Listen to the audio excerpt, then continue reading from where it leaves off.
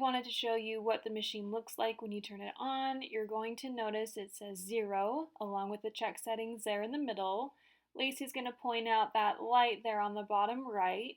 That means you need to add paper. You're going to start with blank paper. That's what I'm showing you here. You insert it there on the bottom. Then that light disappears. Okay, here I start with inserting how many copies I'd like. I'm trying to show you the master copy. That's where you can make one copy to check it before you make the set. I always do the auto process where it'll just make the whole set for me. It normally works that way. Now I need to insert what I want copied. So I'm going to grab that page for you. I'm going to show you here's the upright way. You actually have to turn the page to the left. I'm going to point out the arrows that show you 8.5. So that's where the top of the page goes. Then you close the top, and now that I have that numbered inserted, I can just press the start button to start making my copies. In this clip, I just wanted to show you how loud the machine is if you're the first one to use it for the day. This is normal for when it's first turned on.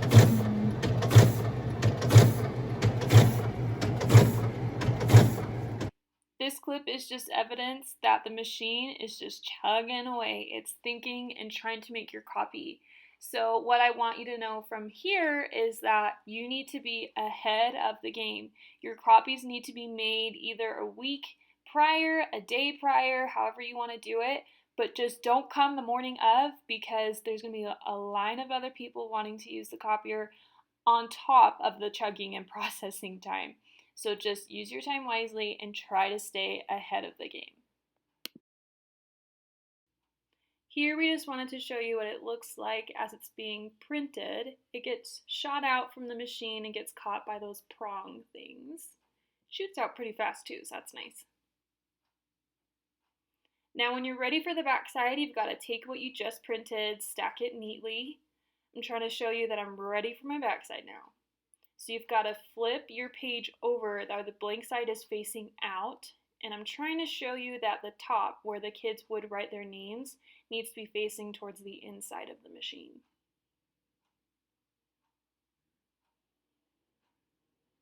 Here's what I want for my back side. So again, the name needs to be facing those little 8.5 arrows, and the page needs to be flipped over. I'm going to make sure that the machine is set to master making and auto process and not just printing, because otherwise it's going to print what we just did for our front side. I still just need the 10, so I can press start and it's going to get shot out. And here I have my front and back for the copies that I wanted made.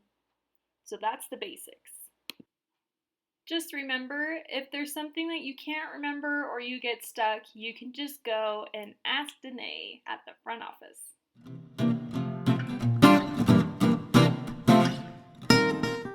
If you find that your pages are coming out blank, it's probably because the machine needs new ink. This is where the ink cartridge goes. We removed it, that's why it's not there. I'm trying to show you that this little nozzle needs to be facing in the machine. When you take it out from under the box when it's brand new, you have to remove a cap to see the nozzle.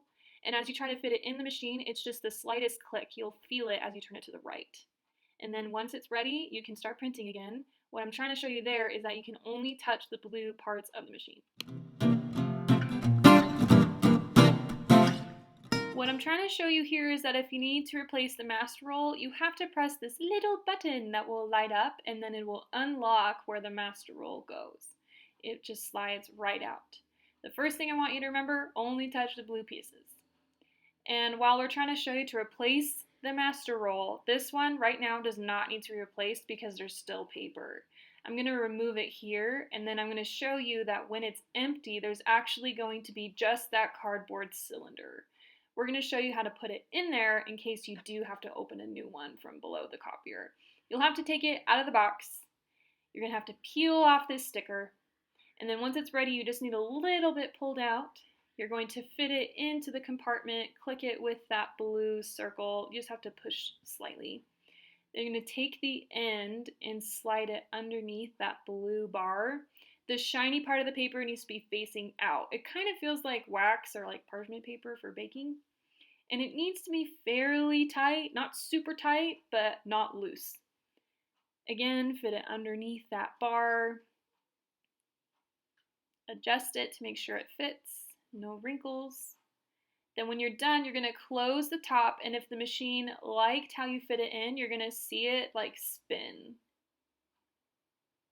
Then you can slide it back in, close the door, and if you did a good job, you're going to see that light go back to check settings where you just need to add paper. Then you're good to go.